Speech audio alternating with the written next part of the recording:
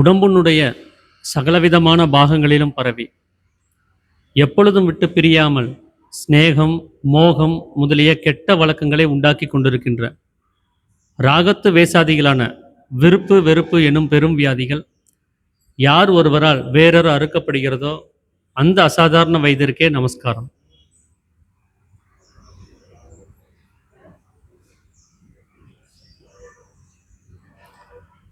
நாம் இதுக்கு முன்னாடி சந்திக்கும் போது அந்த 6ஆம் அத்தியாயத்தில் இருக்கக்கூடிய ஆண் பெண் வித்தியாசங்கள் பற்றியெல்லாம் கவனிச்சிருந்தோம்.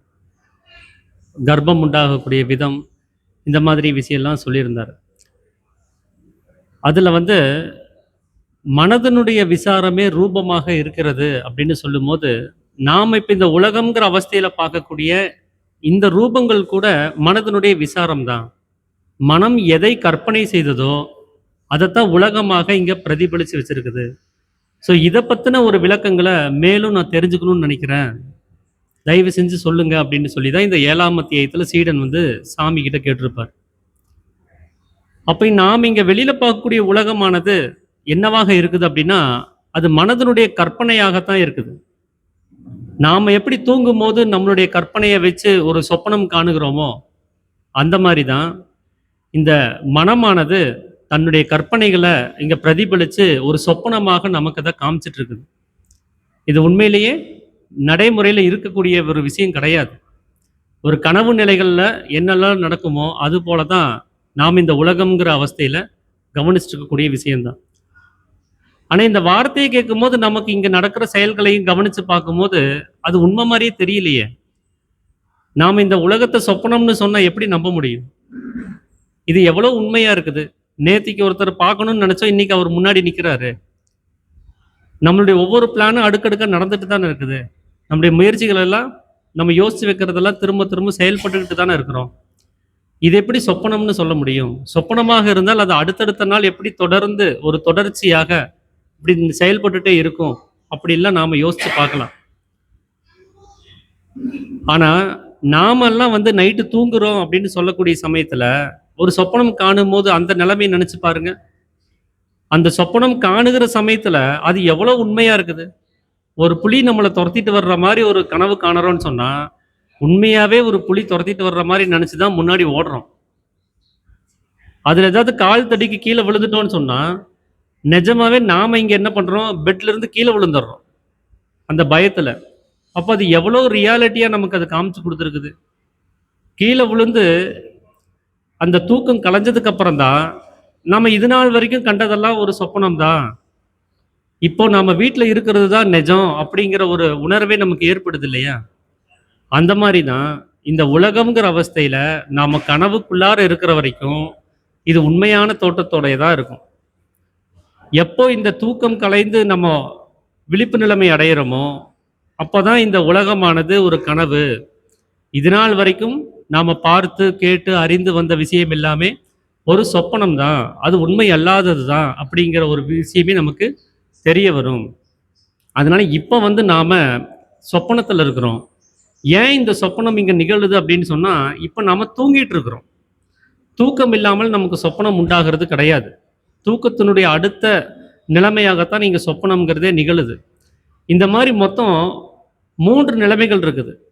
ஒன்று ஜாக்கிரதை, இன்னொன்று தூக்கம், அடுத்தது சொப்பனம். இந்த 3 நிலைமைகள் தான் நமக்கு மீண்டும் மீண்டும் தொடர்ந்து வந்துக்கிட்டே இருக்கும். இந்த 3 நிலைமைகளில் ஏதாவது ஒரு நிலைமையில நாம் இருந்தே தீருவோம். இந்த 3 நிலைமையும் அல்லாத நிலைமைங்கிறது நம்மக்கிட்ட கிடையாது. இப்போ நாம் என்ன நிலைமையில் இருக்கிறதா நாம் நினச்சிட்டு இருக்கிறோம்? தூக்கம் கிடையாது, விழிப்பு நிலைமையில் இருக்கிறோம், முழிச்சிட்டு இருக்கிறோம்னு சொல்லி நம்ம நினச்சிட்டு இருக்கிறோம். இதை நாம் என்னன்னு சொல்லிட்டு இருக்கிறோம்? ஜாக்கிரதை நிலைமைன்னு சொல்கிறோம். அப்போ ஜாக்கிரதை நிலைமைன்னு அதுக்கு என்ன அர்த்தம்? நம்ம எல்லாத்தையும் அறிந்தவர்களாக இருக்கணும். எல்லாமே தெரிஞ்சவர்களாக இருக்கணும்.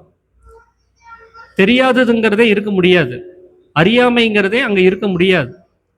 இந்த தூக்கத்துல தான் கவனிச்சு பார்த்தீங்கன்னா, தெரியாத நிலைமைங்கிறது இருக்குது. சுத்தி என்ன சத்தம் கேட்குதுன்னு நமக்கு தெரியாது.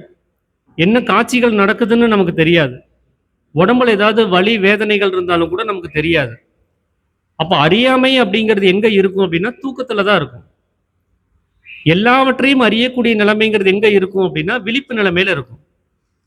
இப்ப நாம விழிப்பு நிலைமையில தான் இருக்கிறோம். எல்லாவற்றையும் அறிந்து கொண்டிருக்கிறோம் அப்படின்னு சொன்னா, நாம யாருன்னு நமக்கு தெரியுமா? நம்மள நாமே அறிந்திருக்கிறோமா? நம்மளுடைய உண்மையான அட்ரஸ் என்னங்கிறது நமக்கு தெரிஞ்சு போச்சா? அப்படின்னு கேட்டா, தெரியலன்னு தான் சொல்றோம். நம்மள அறிய முடியல. நான் யாருன்னே தெரியல. நான் யார்? அப்படின்னு தான் நம்ம கேள்வி கேட்டுட்டு இருக்கிறோம். அப்போ இந்த உலகம்ங்கிற சொப்பனத்துல நம்மளுடைய அடையாளமாக நம்ம எதெல்லாம் பார்த்து, கேட்டு தெரிஞ்சு வச்சிருக்கிறோமோ, அதுதான் நம்மளுடைய அடையாளம்னு சொல்லி தப்பா புரிஞ்சு வச்சிருக்கிறோம். ஒவ்வொரு காலகட்டத்திலயும் நமக்கு ஒவ்வொரு அடையாளம் கொடுக்கப்பட்டிருக்குது. சின்ன குழந்தையா இருக்கும்போது நம்மள குழந்தைன்னு சொன்னாங்க. அடுத்தது இளையவன்னு சொன்னாங்க. அடுத்து முதியவன்னு சொல்றாங்க. படிச்சுட்டு இருக்கும்போது மாணவன்னு சொன்னாங்க. வேலைக்கு போகும்போது தொழிலாளின்னு சொன்னாங்க. கல்யாணம் ஆனதுக்கப்புறம் கணவன்னு சொன்னாங்க.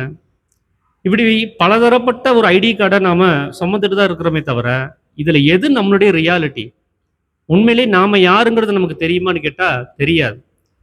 அப்ப தெரியாதுங்கிறது எந்த நிலைமையில வரும்? அறியாமைங்கிற நிலைமையில தான் வருது. அந்த அறியாமை அப்படிங்கிறது எங்க இருக்கும்? தூக்கம்ங்கிற நிலைமையில தான் இருக்கும். அப்பதான் நாம தூங்கிட்டு இருக்கிறோங்கிறது இப்ப நம்ம உணர வேண்டியதா இருக்கு. நம்ம உண்மையான விழிப்பு நிலைமையில இருந்திருந்தோம்னா, நாம யாருன்னு நமக்கு தெரிஞ்சிருக்கும். இப்படிதான் இந்த உலகமானது இந்த 3 நிலைமைகளையுமே தப்பா புரிஞ்சு வச்சிருக்கிறாங்க. விழிப்பு நிலைமைனா இந்த உலகத்தை நாம கவனிச்சுட்டு இருக்கக்கூடிய நிலைமை. தூக்க நிலைமை அப்படின்னா உலகம் நம்ம கவனத்துக்கு வராத நிலைமை. சொப்பனம் அப்படின்னா தூக்கத்துக்குள்ளார வரக்கூடிய கற்பனைகளாக இருக்கக்கூடிய காட்சிகள். அப்படிதான் இந்த உலகமானது நினைச்சிட்டு இருக்கு.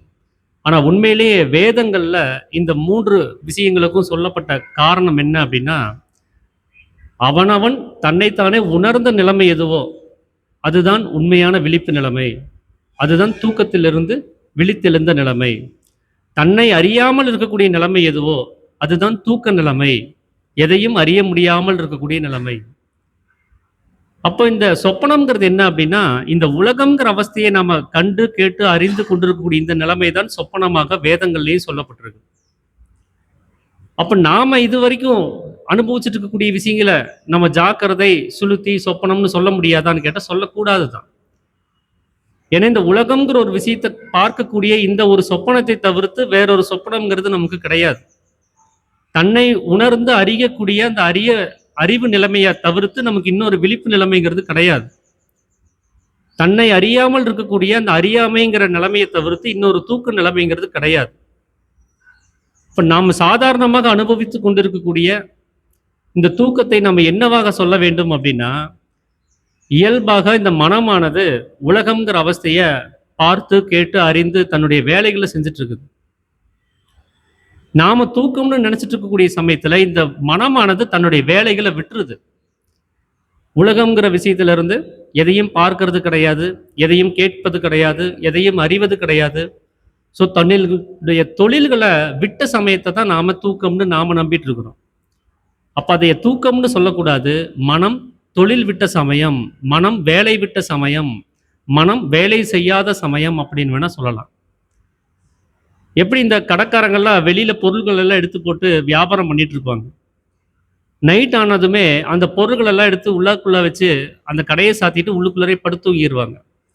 அந்த மாதிரி இந்த மனமாக இருக்கக்கூடிய வியாபாரி விசாராதிகள்னு சொல்லக்கூடிய எண்ணங்களாக இருக்கக்கூடிய பொருள்களை வைத்து வெளியில இருக்கக்கூடிய விஷயங்களை பார்த்து கேட்டு அறிந்து தன்னுடைய தொழில்களை செஞ்சுட்டு இருக்குது. பார்த்தல், கேட்டல், அறிதல் அப்படிங்கிற தொழில்களை செய்யுது. அந்த தொழில்களை மனமானது எப்போ விடுதோ அந்த நிலைமைக்கு பேர் தான் மனம் வேலை விட்ட சமயம். அதைத்தான் நாம இப்ப தூக்கம்னு சொல்லி தப்பா புரிஞ்சு வச்சிருக்கிறோம். அப்ப இந்த விழிப்பு நிலைமை அப்படிங்கிறது நாம இப்போ வெளியில இருக்கக்கூடிய விஷயங்களை உணர்ந்து இருக்கக்கூடிய சமயம். அது மனம் வேலை செய்கிற சமயம்ங்கிறது. அதைத்தான் நாம விழிப்பு நிலைமையாக தப்பா புரிஞ்சு வச்சிருக்கிறோம். இந்த வேலைகளை செய்யக்கூடிய சமயம். அப்ப கனவுங்கிற சொப்பனம்ங்கிற நிலைமை என்னவாக சொல்லணும் அப்படின்னா, இப்ப நாம ஒரு தொழிற்சாலையில வேலை செய்றோம்னு வச்சுக்கோங்க.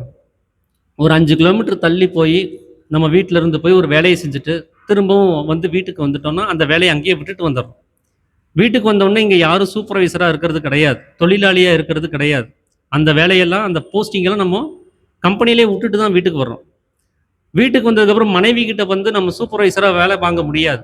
அங்க போய் நம்ம சூப்பர்வைசரா நம்மள காமிச்சுக்க முடியாது. அப்படி நம்மளுடைய தொழில்கள, நம்முடைய தொழிற்சாலையிலேயே விட்டுட்டு வீட்டுக்கு வந்து ஓய்வு எடுக்கிறதுக்காக வர்றோம் இல்லையா? அப்படி ஓய்வெடுக்கிறதுக்காக வரக்கூடிய அந்த மனம் வேலை விட்ட சமயத்துல கூட, தொழிற்சாலையில நடந்த சில சங்கதிகள நம்ம பரிமாறிக்குவோம் வீட்ல. இன்னைக்கு எனக்கு ஒரு பாராட்டு கிடைச்சது. இல்ல நான் ஒரு தப்பு பண்ணிட்டேன் கம்பெனில. இல்ல கூட வேலை செய்றவர் வந்து ஒரு பத்திரிக்கை குடுத்தாரு. குடும்பத்தோட வர சொல்லி ஒரு இன்விடேஷன் குடுத்துருக்கிறாரு ஒரு ஃபங்ஷனுக்கு. அப்படின்னு சொல்லி நம்ம ஃபேக்ட்ரியில நடந்த விஷயத்த நம்ம வீட்ல வந்து பகிர்ந்துக்கிறோம் இல்லையா? ஆலோசனை செய்யக்கூடிய ஒரு நிலைமைங்கிறது, அதுதான் இங்க சொப்பனமாக இருக்குது. இந்த சொப்பனத்துல வரக்கூடிய சங்கதிகள் எல்லாம் கொஞ்சம் கவனிச்சு பாருங்க. நம்ம ஒண்ணு அது இந்த உலகத்துல பார்த்திருப்போம். இல்லைன்னா கேள்விப்பட்டிருப்போம். இல்லைன்னா நம்ம கற்பனையாவது செஞ்சு வச்சிருப்போம். இந்த 3 நிலைமைகளுக்கும் இல்லாதது கண்டிப்பாக கனவாக அது வருவது கிடையாது. அதனால நம்ம தொழிற்சாலையில் எதையெல்லாம் பார்த்து, கேட்டு அறிந்தோமோ, அந்த சங்கதிகள் தான் நம்ம ஓய்வு நேரங்கள்ல வீட்டுல நம்ம வந்ததுக்கு அப்புறம் கூட, நாம எப்படி டிஸ்கஸ் பண்றோமோ, அந்த மாரி தான் நம்மளுடைய மனமானது தன்னுடைய வேலையை விட்டு, தன்னுடைய சொந்த வீட்டுக்கு வந்ததுக்கு அப்புறம் கூட, அத நெனச்சு பாத்துக்குது. அதை பற்றின சிந்தனைகள ஆலோசனை செஞ்சு பாத்துக்குது. அதுதான் இங்க சொப்பனமாக வரக்கூடியதா இருக்குது. அதனால இந்த சொப்பனம் அப்படிங்கிறது மனம் ஆலோசனை செய்யக்கூடிய சமயம். அப்ப இந்த 3 விஷயங்களையும் நாம சரியா புரிஞ்சுக்கணும். நாம ரெகுலரா அனுபவிக்கக்கூடிய இந்த 3 விஷயங்களும் வேதங்கள்ல சொல்லப்பட்ட ஜாக்கிரதை, சுளுத்தி, சொப்பனம்ங்கிற நிலைமைகள் கிடையாது.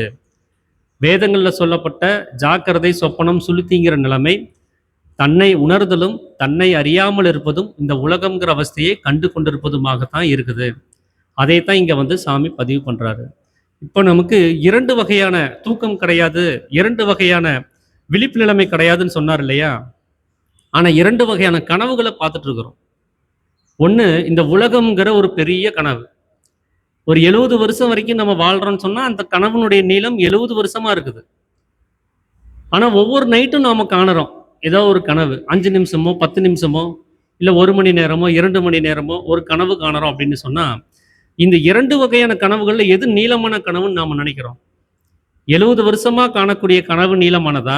இல்ல ஒரே ஒரு நைட்ல அந்த 8 மணி நேரம் தூக்கத்துக்குள்ளார வரக்கூடிய, ஒரு 5 நிமிஷமோ, 10 நிமிஷமோ வரக்கூடிய அந்த கனவு நீளமாக இருக்குமா? அப்படின்னு பார்த்தா, இந்த தூக்கத்துக்குள்ளார வரக்கூடிய கனவு தான் நீளமானதா இருக்குதுன்னு சாமி சொல்றார். நாம இந்த 70 வருஷமா காணக்கூடிய உலகம்ங்கிற கனவு, அது ரொம்பவும் குறுகிய கனவு, ரொம்ப சின்ன கனவு. நாம நைட்டு தூங்கக்கூடிய சமயத்துல, தூக்கம்னு நாம நினைக்கக்கூடிய சமயத்துல காணக்கூடிய கனவுல, 1 நிமிஷம் நேரத்த கூட இந்த உலகம்ங்கிற கனவுல நாம காணுவது இல்லைங்கிறார். ஏன்னா இதை விடவும் ரொம்ப நீளமான கனவு தான் நமக்கு நைட்டு தூக்கம்னு நாம நினைக்கக்கூடிய சமயத்துல வரக்கூடியது. இது எப்படி இது சாத்தியமாகுது? அப்படிங்கிறத யோசிச்சு பார்க்குறோம் அப்படின்னா, ஏன்னா நைட்டு தூக்கங்கிறதே அதிகபட்சம் 8 மணி நேரம் தான். அந்த தூக்கம் முழுவதுமே கனவாக இருந்தாலும் கூட அதிகபட்சம் 8 மணி நேரம் தான் அந்த கனவா வர்றதுக்கு வாய்ப்பு இருக்குது. அதுக்கப்புறம் விழிப்பு நிலைமை அடைஞ்சிட போறோம். அதாவது உலகம்ங்கிற அவஸ்தையை அனுபவிக்க வெளியில வந்துட போறோம். அப்படி பார்த்தா 8 மணி நேரம் அதிகபட்சம் வரக்கூடிய கனவ சாமி பெருசுங்கிறாரு. 70 வருஷமா நம்ம காணக்கூடிய உலகம்ங்கிற அவஸ்தையினுடைய கனவ ரொம்ப சிறுசுங்கிறாரு.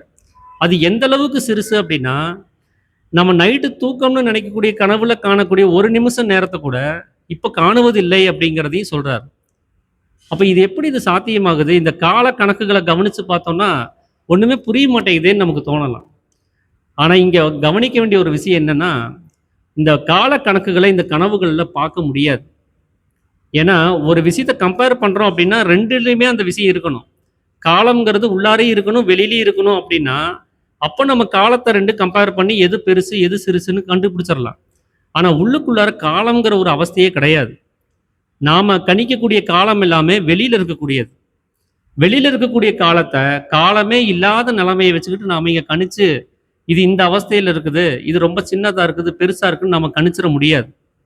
அதனால காலங்களுக்கு உட்பட்ட விஷயங்கள, காலங்களே அல்லாத நிலைமையோட கம்பேர் பண்றதுங்கிறதே தப்பு தான் அது. எப்படின்னா, இந்த மனமானது நெனச்சுச்சுன்னா, ஒரு நிமிஷத்த ஒரு யுகமாகவும் கடத்திக்க முடியும். ஒரு யுகத்தை ஒரு நிமிஷமாகவும் கடத்திக்க முடியும். நீங்க நினைச்சு பாருங்க, நாம ஒரு சிக்னல்ல போயிட்டுருக்கிறோம். அவசரமா போயிட்டுருக்கிறோம். போற வழியில ஒரு சிக்னல் விழுந்துருச்சு. அது ஒரு 60 செகண்ட் கவுண்ட் டவுன் ஆயிட்டே இருக்குது. ஆனா, நமக்கு ஒரு இடத்துக்கு போயாகணும், அவசரம்னு ஒரு ஒரு நிலைமையில போயிட்டுருக்கிறோம். அந்த நேரத்துல ஒரு சிக்னல் விழுந்துருச்சுன்னா, அந்த 60 செகண்ட நம்ம எவ்வளோ நேரமா எடுத்துக்குவோம்? ஒவ்வொன்னா அத கவனிச்சுட்டே இருக்கும்போது, இன்னும் வரலையா? இன்னும் வரலையா? இன்னும் நமக்கு கிரீன் விழுகலையான்னு சொல்லி எவ்வளோ பதட்டமாகுறோம். அது எவ்வளோ நீளமா நமக்கு தோணுது. அதுக்குள்ளார நம்ம லெஃப்ட் எடுத்து ஒரு யூ டர்ன போட்டு, ஏதாவது ஒரு வழியில நம்ம நேரா போயிரலாமான்னுலாம் நம்ம சிந்திக்கிறோம். ஆனா, ஒரு முழு நீள படம், திரைப்படத்த கவனிச்சு பாருங்க. நமக்கு ரொம்ப புடிச்ச ஒரு படமா இருக்குதுன்னா, அதுல எத்தன 60 செகண்ட் இந்த மாரி இருக்குது. அந்த ஒவ்வொரு 60 செகண்டையும் நம்ம அப்படிதான் கவனிச்சுட்டு இருக்கிறோமா? ரொம்ப நீளமா தான் கவனிக்கிறோமா? அது எப்படி நேரம் போறதே தெரியாத அளவுக்கு அது போயிருது. ஒரு புஸ்தகத்த படிக்கிறோம். நமக்கு ரொம்ப புடிச்ச புஸ்தகமா இருக்குது. 1 மணி நேரமோ, 2 மணி நேரமோ உட்கார்ந்து படிக்கிறோம் அப்படின்னு சொன்னா, அதுல இதே போல எத்தன 60 செகண்டுகள் இருக்குது. அதெல்லாம் எவ்வளோ சுலபமா கடந்து போயிருக்கிறோம். இதுதான் இந்த மனதினுடைய நிலைமைங்கிறது. மனமானது தான் இந்த காலத்த நகர்த்துறத தீர்மானிக்குது. அதுக்கு ரொம்ப ஆர்வமுள்ள ஒரு விஷயம் அப்படின்னு சொன்னா, அந்த காலத்த சுலபமா நடத்திரும். அதுக்கு பிடிக்காத விஷயம், அதுக்கு ஆர்வம் இல்லாத விஷயம்னு சொன்னா, அதுக்கு நேரத்த கடத்துறது கிடையாது. இப்ப நைட்டு நம்ம தூங்கும்போது இருக்கக்கூடிய நேரத்த கவனிச்சு பாருங்க. 8 மணி நேரம் நம்ம சுமாரா தூங்குறோம். கண்ண மூடுறோம். கண்ண திறந்து பார்த்தா, அந்த 8 மணி நேரம் காணாம போயிருது. அந்த 8 மணி நேரம் எவ்வளோ நீளமானதுன்னு நம்மளால கணிக்க கூட முடியாத அளவுக்கு, கண்ண மூடி கண்ண தொறக்கிற அளவுக்கு தான் இருக்குது. ஆனா, அதே 8 மணி நேரத்த நம்ம பகல்ல நெனச்சு பாருங்க. எவ்வளோ மணி நேரமா அது நடந்து போகுது. அத கடத்துறதுக்குள்ள நமக்கு போதும் போதும்ன்னு ஆயிருது. அதுக்குள்ள ஒரு 3 வேள சாப்பிட வேண்டியது இருக்குது. இடையில டீ ஸ்நாக்ஸ் பார்க்க வேண்டியது இருக்குது. ஏகப்பட்ட கமிட்மென்ட்களையும், ஷெட்யூல்ஸையும் போட்டுக்கிட்டு அது பின்னாடி ஓட வேண்டியது இருக்குது. ஆனா நைட்டு இது எதுவுமே தேவை இருக்கிறதில்ல. அந்த நைட்டுங்கிறது நமக்கு அந்த காலங்களற்ற நிலைமையில தான் மனமானது உள்ளுக்குள்ளார இருக்குது. இந்த மனமானது உள்ளுக்குள்ள போயிடுச்சுன்னு சொன்னா, அங்க காலங்கள் உண்டாகிறது கிடையாது. மனம் எப்போ வெளிப்படுதோ, அப்பதான் காலம் அப்படிங்கிறதே உற்பத்தி ஆகுது. அதனால தான் வெளியில இருக்கக்கூடிய இந்த 70 வருட சொப்பனமானது ரொம்ப நீளமா போறதுக்கு காரணம், அது காலத்தோட சம்மந்தப்பட்டதுனால. உள்ளுக்குள்ளார இருக்கக்கூடிய அந்த 5 நிமிஷமோ, 10 நிமிஷமோ நாம அனுபவிக்கிறதா நினைக்கக்கூடிய சொப்பனம், காலத்தோடு சம்மந்தப்படாதனால தான், அது நீளமாக இருந்தாலும் கூட குறுகியதா நமக்கு தெரியுது. சீக்கிரமா முடிஞ்சு போன மாரி தெரியுது. அது பல யுகங்கள கூடவும் நம்மனால கனவாக கண்டு கழிக்க முடியும். இங்க யோக வாசிஷ்டம்னு ஒரு நூல் ஒண்ணு இருக்குது.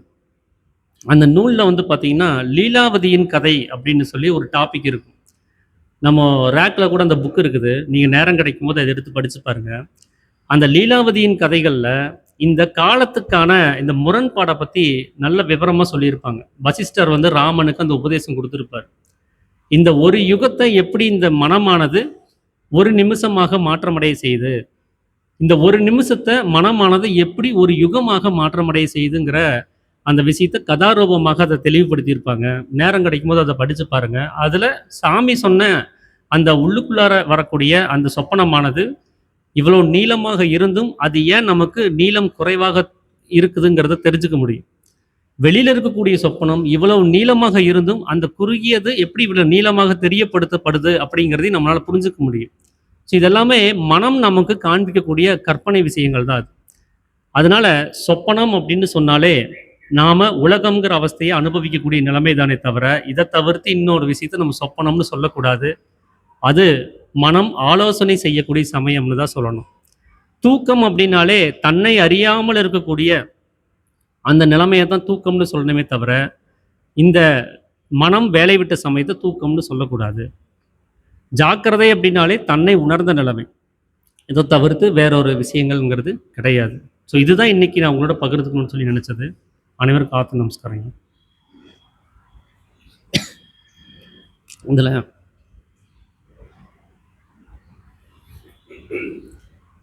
ஒரே நிமிஷம். இந்த ஆசிரம ஸ்தாபகர்கள், இந்த ஆசிரமத்த அம்மாவுனுடைய சமாதியையும், இந்த கட்டடத்தினுடைய எல்லா வேலைப்பாடுகளையும் கவனிச்சுட்டு வந்திருந்த ஸ்தாபகர்கள். அதுல நம்ம பழனிச்சாமி ஐயா அவருடைய தாயார், பிரம்மஸ்ரீ பொன்னம்மாள் அவர்களுடைய 7வது ஜீவ ஐக்கிய நினைவு ஜெபம் இன்னைக்கு நடக்குது. ஸோ அவங்க நல்ல விதமா இந்த ஆசிரமத்த ஸ்தாபித்து, இப்ப நம்ம கையில கொண்டு வந்து குடுத்துருக்குறாங்க.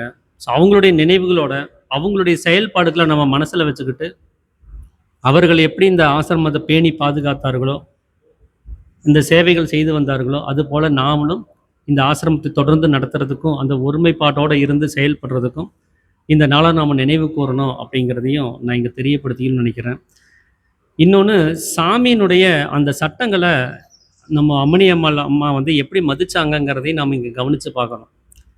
அந்த 30 ரூல்ஸையும் ஃபாலோ பண்ணிட்டு, சாமியினுடைய சத்தியத்த கடைபிடிச்சு கொண்டு, தன்னை வந்து அந்த உல உலக வாழ்க்கைக்குள்ளார அதிகமாக ஈடுபடுத்திக்காம, உள்நிலை பயணத்தில அதிகமாக தன்னுடைய நேரங்கள செலவு பண்றதுக்கு எவ்வளோ உழைச்சிருக்கிறாங்கங்கிறத நம்ம சிந்திச்சு பார்க்கணும்.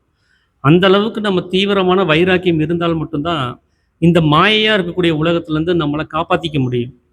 ஏன்னா, அன்னைக்கு சாமி சட்டம் எழுதும்போது இருந்த மாயையினுடைய வீரியம்ங்கிறது குறைவு. இன்னைக்கு அந்த மாயையினுடைய வீரியம்ங்கிறது ரொம்ப அதிகமா இருக்குது. இந்த நேரத்தில சாமி வந்திருந்தாருன்னா, நமக்கே 300 சட்டம் குடுத்திருந்தாலும் குடுத்திருப்பாரு. அந்த அளவுக்கு ரொம்ப வீரியமாக நடக்கக்கூடிய இந்த காலகட்டங்கள்ல, இந்த சதா அபியாசத்த மேற்கொண்டு, சாமியினுடைய கொள்கைகள நம்ம கடைபிடித்தால் மட்டும் தான், இந்த மாயையிலேருந்து நம்ம தப்பிக்க முடியும். ஸோ அதையும் நம்ம என்னைக்குமே நினைவில வச்சுக்கணும். நாம இந்த உபதேசம் வாங்கும்போது ஒரு சத்திய வாசகத்தையும் நம்ம குடுத்திருப்போம். நான் இன்று முதல் மனதாலும், வாக்காலும், கர்மத்தாலும் சத்தியத்துக்கு விரோதமாக யாதொன்றும் செய்ய மாட்டோம். நிரபராதியான என் ஆத்மாவே சாட்சி. இதையும் நாம மறந்துறக்கூடாது. எப்பவுமே சதா அபியாசம் செஞ்சுக்கிட்டு, இந்த சத்திய வாசகத்தையும் மேற்கொண்டு, சாமியினுடைய கொள்கைகளையும் கடைபிடித்துக் கொண்டு, ஒரு நிர்வாகத்துக்கு வர்றோம், ஒரு ஆசிரமத்துக்கு வர்றோம் அப்படின்னு சொன்னா, எல்லாருடைய ஒத்துழைப்போடையும், அங்க என்ன சட்டதிட்டங்கள் இருக்குதோ, அங்க என்ன கொள்கை வரைமுறைகள் இருக்குதோ, அதுக்கு உட்பட்டு தான் நாம இருக்கணும்.